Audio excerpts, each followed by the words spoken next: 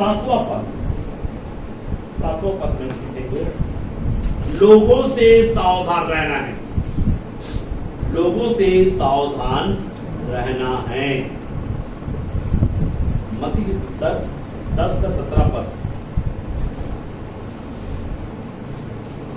तुम लोगों से सावधान रहो। देखो यहाँ पर लिखा है लोगों से सावधान रहो, क्योंकि वे तुम्हें महासभाओं में सौंपेंगे। कहाँ सौंपेंगे? यहाँ पे यीशु मसीह का संदेश है। यीशु मसीह ने चेलों से कहा लोगों से तुम क्या रहो?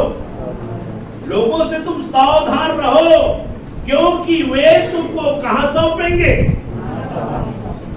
इसलिए लोगों के बीच में जब आप बैठते हो, अन्य जातियों के बीच में जब आप बैठते हो, तो आप कैसे बातें करते हो, कैसे वहां पर व्यवहार करते हो, किसके विषय में आप बोलते हो, आप बहुत ही सावधानी से चलना मेरे प्रियो।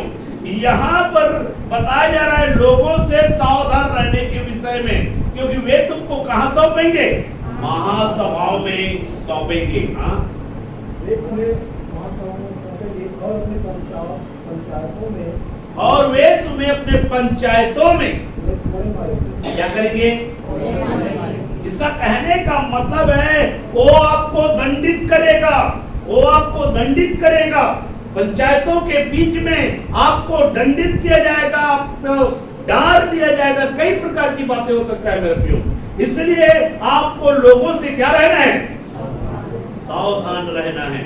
और हो गया? यहाँ पर देखिए, यहाँ पर स्वयं प्रभु यीशु मसीह हमको यहाँ पे कह रहा है कि हमको लोगों से क्या रहना है? सावधान रहना है।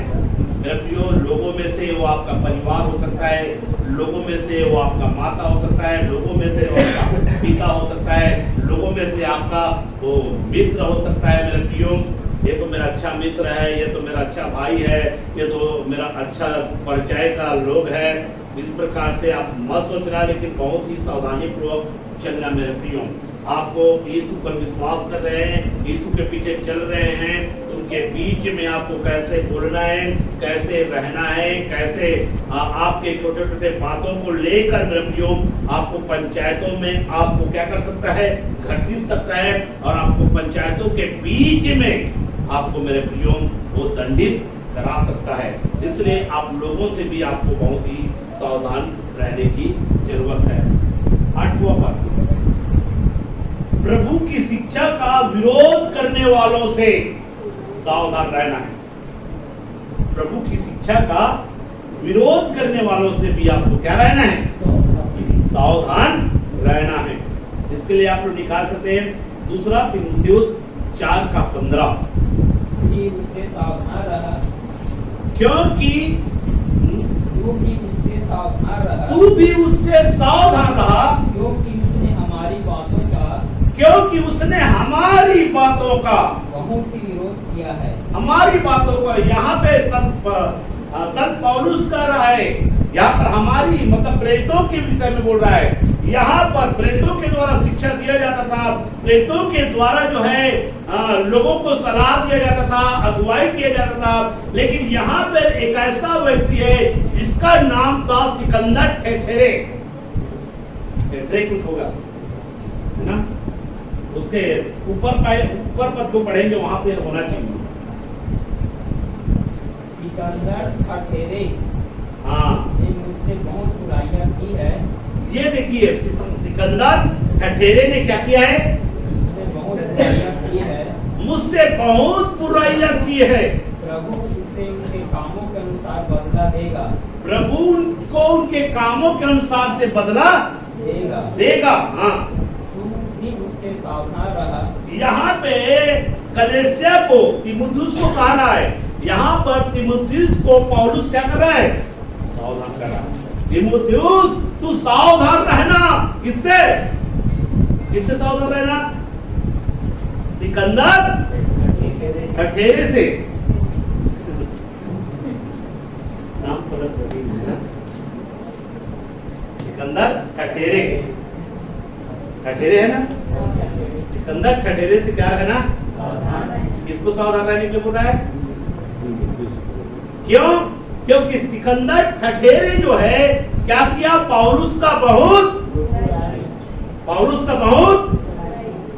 बुराई किया, पौलुस का बहुत विरोध किया। पौलुस जो शिक्षा दिया, पौलुस जो सलाह दिया, पौलुस जो मसीह के वचन के अनुसार से लोगों को सिखाया, पौलुस का इन्होंने बहुत क्या किया, विरोध किया, सिकंदर ठठेरे ने। इसलिए मैंने एक इसका पॉइंट दिया कि प्रभु यीशु की शिक्षा का विरोध करने वालों से क्या रहो। अगर आप जो है प्रभु यीशु मसीह की शिक्षा को आप दे रहे हैं, लेकिन कोई व्यक्ति आपका विरोध करता है, कोई व्यक्ति, जैसे कि मैं शिक्षा दे रहा हूं, ध्यान से सुने, मैं जो शिक्षा आपको दे रहा हूं वचन के अनुसार से कि हमको इन चीजों से बचना है, इन चीजों से हमको सावधान रहना है, और कोई व्यक्ति हमारा विरोध करते हैं तो आपको क्या रहना है। यहाँ पर पौलुस तीमुथियुस को सावधान कर रहा है, किससे, सिकंदर ठठेरे से। सिकंदर ठठेरे से क्या कर रहा है, सावधान। आज भी बहुत से सिकंदर ठठेरे है, आज भी बहुत से सिकंदर ठठेरे है कि नहीं है। सिकंदर ठठेरे में जो आत्मा उसको इस्तेमाल कर रहा था, वही आत्मा आज बहुत सारे लोगों को क्या कर रहे हैं, इस्तेमाल कर रहे हैं कि नहीं कर रहे हैं। आज भी हमारे पास में नहीं भाई, मतलब हमारे आस पास में सिकंदर ठठेरे हो सकते हैं, नहीं होगा नहीं। अगर आप शिक्षा देते हैं, आप सिखाते हैं, हमको वचन में ऐसा चलना है, हमको वचन में ऐसा रहना है, ऐसा जीवन जीना है, अगर ऐसे लोग जो है हमारा विरोध करते हैं तो आपको क्या रहना है, सावधान। ये पौलुस ऐसा बोल रहा है कि नहीं बोल रहा है। तीमुथियुस को सावधान कर रहा है, क्यों तीमुथियुस को सावधान कर रहा है, कहीं तीमुथियुस को अपने बातों में ना फंसा ले और कहीं वो हमारे विरोध में उनको न कर दे, इसलिए कहता है कि सावधान रहो। इसलिए मेरे प्रिय भाई और बहनों, हमको जो है, कोई भी हो जो प्रभु यीशु मसीह के शिक्षा का विरोध करते हैं, ऐसे लोगों से क्या रहना है। प्रभु यीशु मसीह की शिक्षा, प्रभु यीशु मसीह या प्रेरितों ने जो शिक्षा हमको दिया है, उस शिक्षा का जो विरोध करते हैं, ऐसे लोगों से हमको क्या रहना है, सावधान रहेंगे तो क्या होगा, सावधान नहीं रहेंगे तो क्या होगा।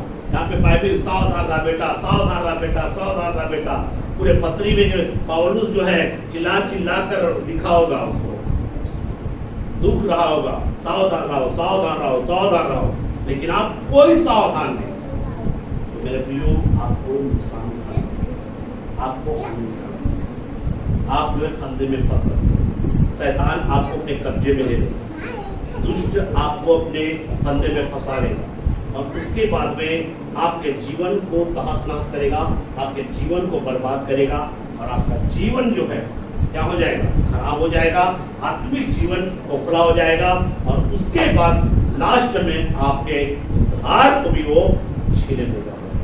इसलिए आपको सावधान रहने की जरूरत है। आइए अगला पद 9वां, हर प्रकार के लोभ से सावधान रहना है विश्वासियों को। हर प्रकार के लोभ से, हर प्रकार के लोभ से, इतना बात लिख लो अब समझ में। हर प्रकार के लोभ से, हर प्रकार के लोभ से क्या रहना है, सावधान रहना है। आइए इसके लिए वचन पढ़ेंगे, लूका की पुस्तक 12 का 15 पद।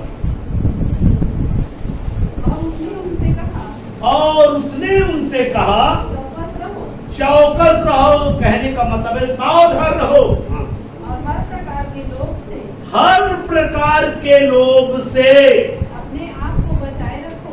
क्या करो, अपने आप को बचाए रखो, क्योंकि किसी का जीवन उसकी संपत्ति की बहुतायत से नहीं होता, उसकी संपत्ति की बहुतायत से नहीं। तो यहाँ पर भी सब प्रकार के लोभ से बचने की उसे बता रहा है, हमको लोभ से बचना है। मेरे को हर प्रकार के लोभ से हमको क्या रहना है? सावधान रहना है। क्यों सावधान रहना है? लोभ जो होता है, लोभ को किसके बराबर माना गया है? लोभ को मूर्ति पूजा के बराबर, लोभ को मूर्ति पूजा के बराबर माना गया है। कहां पे लिखा है? ये आपको मिल जाएगा कुलूसियों की पत्री, कुलूसियों 3:5। इसलिए अपने उन अंगों को मार डालो, इसलिए अपने, क्या बोल रहा है? अपने उन अंगों को मार डालो जो पृथ्वी पर है, जो कहां पर है? पृथ्वी पर है, पृथ्वी पर है। अर्थात व्यभिचार, व्यभिचार, अशुद्धता, हाँ, दुष्कामना, दुष्कामना, बुरी लालसा पूरी लालसा और लोभ, और लोभ, यहाँ पे लिखा हुआ है, और लोभ वो जो मूर्ति पूजा के बराबर है, जो मूर्ति पूजा के क्या है? मेरे प्रियो, अगर आप मूर्ति पूजा नहीं करते हैं, लेकिन अगर लोभ आप करते हैं, लोभ से भरे हुए मेरे प्रियो, इसका कहने का मतलब है मेरे प्रियो, मूर्ति पूजा के बराबर है लोभ। इसलिए लोभ से, हर प्रकार के लालच, हर प्रकार के लोभ से आपको बचना है। लालच के कारण, वही लोभ के कारण यहूदा इस्करियोती जो है, यीशु मसीह को क्या किया? लोभ है ना उसके अंदर, लोभ के कारण है मेरे प्रियो, लोभ के कारण कई लोग जो है मेरे प्रियो परमेश्वर के विरोध में खड़े हो गए। लोभ ऐसा चीज है मेरे प्रियो जिसके कारण से लोग जो है अपनों को भी हत्या कर देता है। केवल लोभ के कारण, लालच, लालच के कारण लोग जो है एक दूसरे की हत्या करने के लिए भी पीछे नहीं हटते हैं। इसलिए लोभ जो है मूर्ति पूजा के तुल्य है, और लोभ से आपको, हर प्रकार के लोभ से आपको क्या रहना है? सावधान रहना है। और भी पहला तीमुथियुस की पत्री भी निकाल लीजिए, पहला तीमुथियुस 6:6। और संतोष सहित हाँ, भक्ति बड़ी कमाई है। यहाँ पे लिखा है संतोष सहित, संतुष्टि। अगर आपके जीवन में संतुष्टि है मेरे प्रियो, तो भक्ति बड़ी कमाई है। संतोष सहित भक्ति क्या है? बड़ी कमाई। अगर आपके जीवन में संतुष्टि है मेरे प्रियो, तो वही है बड़ी कमाई। हाँ, क्योंकि न हम जगत में कुछ लाए हैं, ना हम जगत में कुछ लाए हैं, और न कुछ ले जा सकते, और ना यहाँ से कुछ ले जा सकते हैं। यदि हमारे पास खाने और पहनने को हो, यदि हमारे पास खाने और पहनने के हो, तो इन्हीं पर संतोष करना चाहिए। तो इन्हीं पर क्या करना है? संतोष करना। अगर खाने और पहनने के लिए है मेरे प्रियो, उसी पर संतुष्ट रहकर आप मसीह जीवन में आगे बढ़े मेरे प्रियो। जितना आपके पास में है उसी में संतुष्ट रहते हुए आपको आगे बढ़ना है मेरे प्रियो। आपको लोभ के चक्कर में नहीं पड़ना है। परमेश्वर चाहे तो आपको बढ़ा सकता है, परमेश्वर चाहे तो आपको संपन्न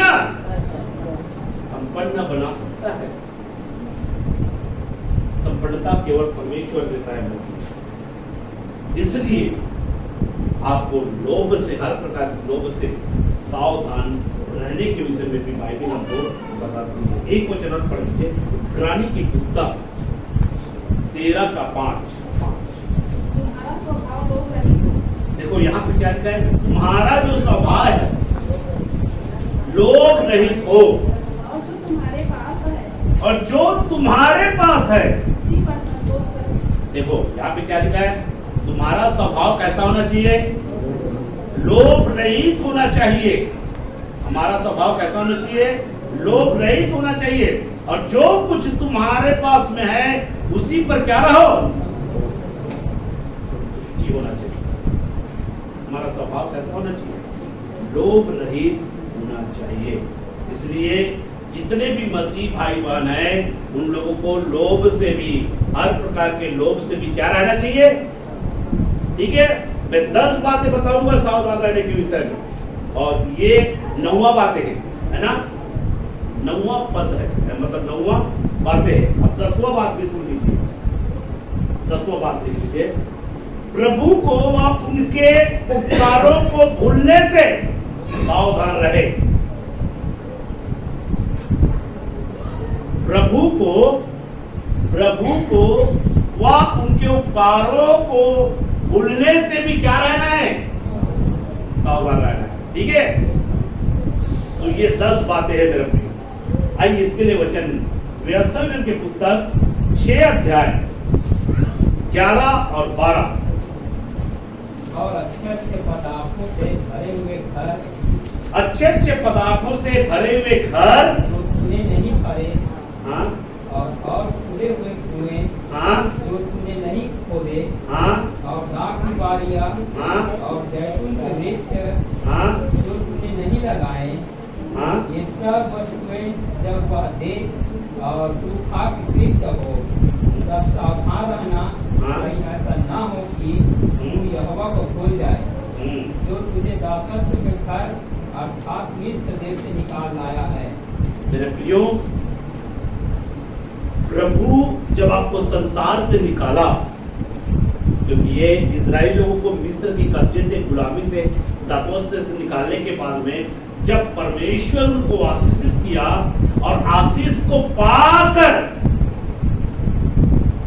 यहाँ पे उसके बाद वचन दिया कि दासत्व से बाहर निकलने के बाद में कहीं तू परमेश्वर को ना भूल जाए। इसका कहने का मतलब है, जब आप इस दुनिया से प्रभु के पास में आए और प्रभु ने आपके जीवन को बदला, प्रभु ने आपको जीना सिखाया और प्रभु ने आपको आशीर्वाद दिया, और जिस आशीषों को आप पा नहीं सकते थे, ऐसे ऐसे आशीर्वाद, ऐसे ऐसे आशीष आपने पाया, आपके जीवन में बढ़ती आया, आपके जीवन में उन्नति आया, आप ऊंचे उठने लगे।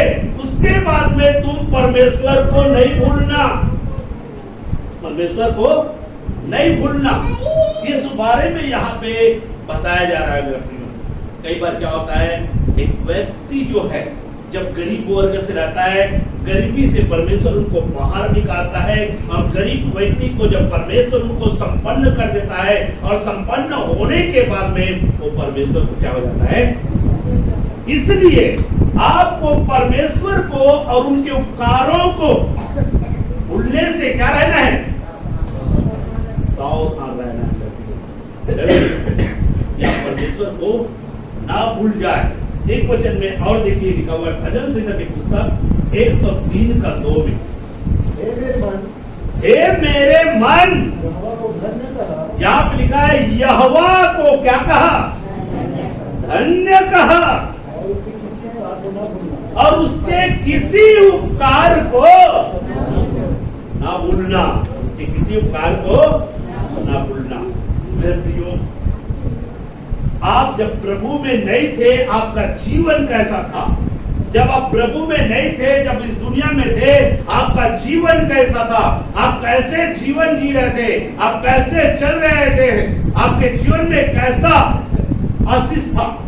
आप उसको, और आज प्रभु में आने के बाद में, आपके जीवन में परमेश्वर ने क्या किया, और उसके बाद जो है अगर परमेश्वर को अगर भूल जाए, उनके उपकारों को भूल जाए, तो ये आपके लिए अच्छा नहीं है। इसलिए मैंने कहा, इसलिए यहाँ पर 10वां पॉइंट मैंने दिया, प्रभु को और उनके उपकारों को भूलने से सावधान रहना है। ये 10 बातें हैं, 10 बातें हैं। 10 बातों में एक बार फिर रिपीट कर देता हूँ।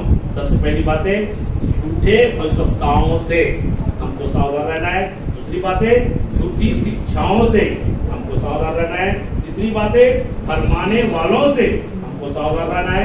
चौथी बातें, अधर्मियों से हमको सावधान रहना है। पांचवी बातें, कुत्तों से, बुरे काम करने वालों से, काट कूट करने वालों से हमको क्या रहना है, सावधान रहना है। इसके बारे में मैंने पूरा बता दिया है। और छठवीं बातें, बुराई करने से हमको सावधान रहना है। और सातवीं बातें, लोगों से भी हमको सावधान रहना है। आठवीं बातें, प्रभु की शिक्षा का विरोध करने वालों से भी हमको सावधान रहना है। और उसके बाद में 9वीं बातें, हर प्रकार के लोग से भी हमको सावधान रहना है। और उसके बाद में 10वीं बातें, प्रभु को व उनके उपकारों को भूलने से भी हमको, ये 10 बातें मैंने आपके पास में रखा है।